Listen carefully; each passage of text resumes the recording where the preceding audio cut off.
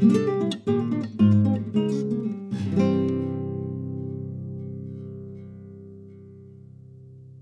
everyone. This video we're going to focus on installing packages, loading data, and getting descriptive statistics using the R program, which is pretty difficult to learn up front, but once you get used to the functions, it's not too much. It just takes familiarity and a little bit of patience to get used to it. So this might look small, so I'm going to make it a little bigger, expand that window, and hit Command plus. And there it is. It's a little bigger now. Pretty easy. So the first thing I want to go over is installing packages. A lot of the time, the kind of data or analysis you're going to be doing or working with will be different than what is already preloaded with the R software. So you have to install new packages. So you're going to type install packages, install .packages. Make sure there's no spaces in there either. And you're going to hit parentheses, quotes, and type the name of your package. I like the Psych package made by Northwestern University. I think they did a great job. They have a lot of content. And this is just, I think, what is a necessary step for almost every form of psych research and data analysis that we're going to do with R, which unfortunately is becoming more popular because SPSS is just getting too expensive for a lot of psych departments to front the bill for. So anyway, we're going to add the Psych package, PSYCH, and hit enter. And it's going to install it. It's going to do some stuff, load it, and you'll see that it says that downloaded binary packages are in this directory.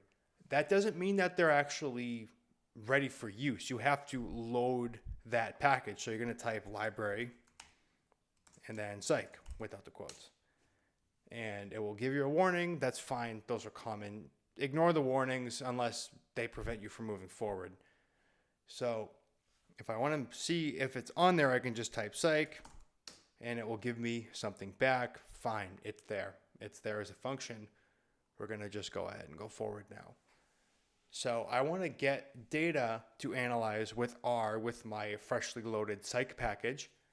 And I'm going to do that with this code, which is data arrow read.csv, which is I'm going to read this CSV right here, which means comma separated variable. You can make those with SPSS. You can make them with Excel, whatever. And the function that we're going to use, which should be loaded onto R for everybody, regardless of the package you download, is file.choose. And then we have this set of parentheses with nothing in it. That means it's waiting for a value to be entered into it. We want the header to be true. Header equals capital T means that it's true. It means that the top line, usually in Excel column 1A, it means that that categorizes all the variables by row.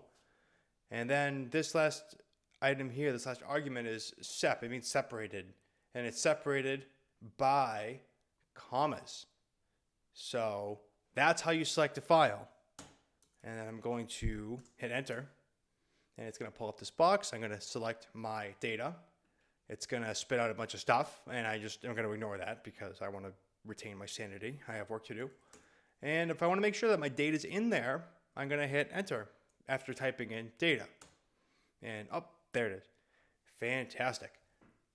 So when I have data like this, I want to start with descriptive statistics. And usually most people would go for summary and type the name of their data, which for this is data.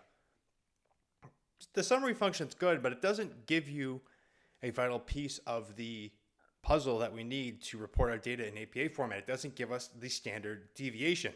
So the value of the Psych package is that they have a way of getting descriptives that are more thorough for our packages. And that function is describe. And we want to describe our data. Hit enter. And there's everything. We have the N count. We have the means, the standard deviations. And then we have even skew and kurtosis, which refer to how the normally distributed data are shaped. And that's out of the scope of this video. So one more thing I'm going to add before we finish this up is you can actually have it describe individual variables if you don't want to look at everything at once. Let's say you have a very large data set, which is possible for you better students out there. And if you want to separate it by just a single variable, you can hit up to access a previous entry and then go to your data set, hit a $, which means you're selecting one single variable, and type in the name of a variable. And there it will display just one single one. Compare this line with this line. Means 328, means 328, standard deviation, 179, 179.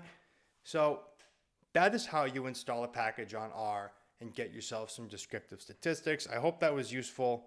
Like and subscribe. I will have more videos up in the future.